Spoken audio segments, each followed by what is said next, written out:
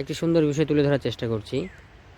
বানর প্রজাতি থেকে কিভাবে ধীরে ধীরে মানুষে রূপান্তরিত হলাম আমরা, সেটাই দেখাচ্ছি। এই যে দেখুন, এখান থেকে শুরু।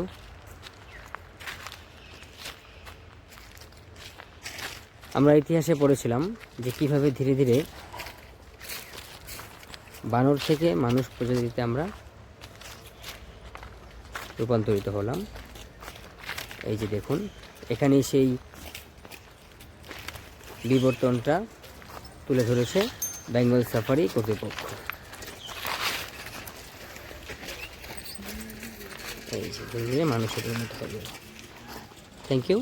এই ভিডিওটা আপনাদের সঙ্গে তুলে ধরলাম, আপনারা দেখবেন এবং আপনারা আপনাদের ছোটো ছোটো ছেলে মেয়েদেরকে অভিজ্ঞতা দিন যে কীভাবে ধীরে ধীরে বানর প্রজাতি থেকে আমরা মানুষে রূপান্তরিত হলাম। Thank you so much.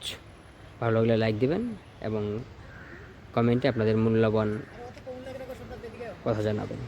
Thank you so much.